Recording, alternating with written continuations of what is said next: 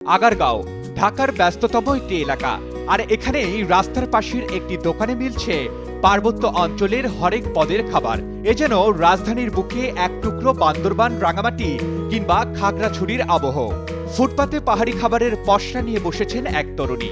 আয়োজনে থাকে পাহাড়ি মুরগির মাংসের ঝোল, ধনেপাতার চাটনি সহ নানান ঐতিহ্যবাহী পদ। পার্বত্য অঞ্চলের এই তরুণী নিজেই দোকানটির উদ্যোক্তা। মূলত পাহাড়ি খাবারের সঙ্গে সমতলের মানুষের পরিচয় বাড়াতেই কাজ করছেন তিনি।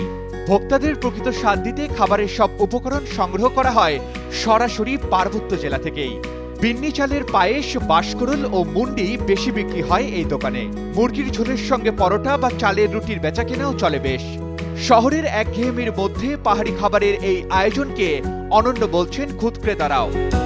আগারগাঁওয়ের পাহাড়ি এই খাবারের দোকানটি যেন দিন দিন পরিচিতি পাচ্ছে রাজধানীর বুকে অথেন্টিক পাহাড়ি খাবারের এক নতুন ঠিকানা হিসেবে। Urban Ali, Daily Sun.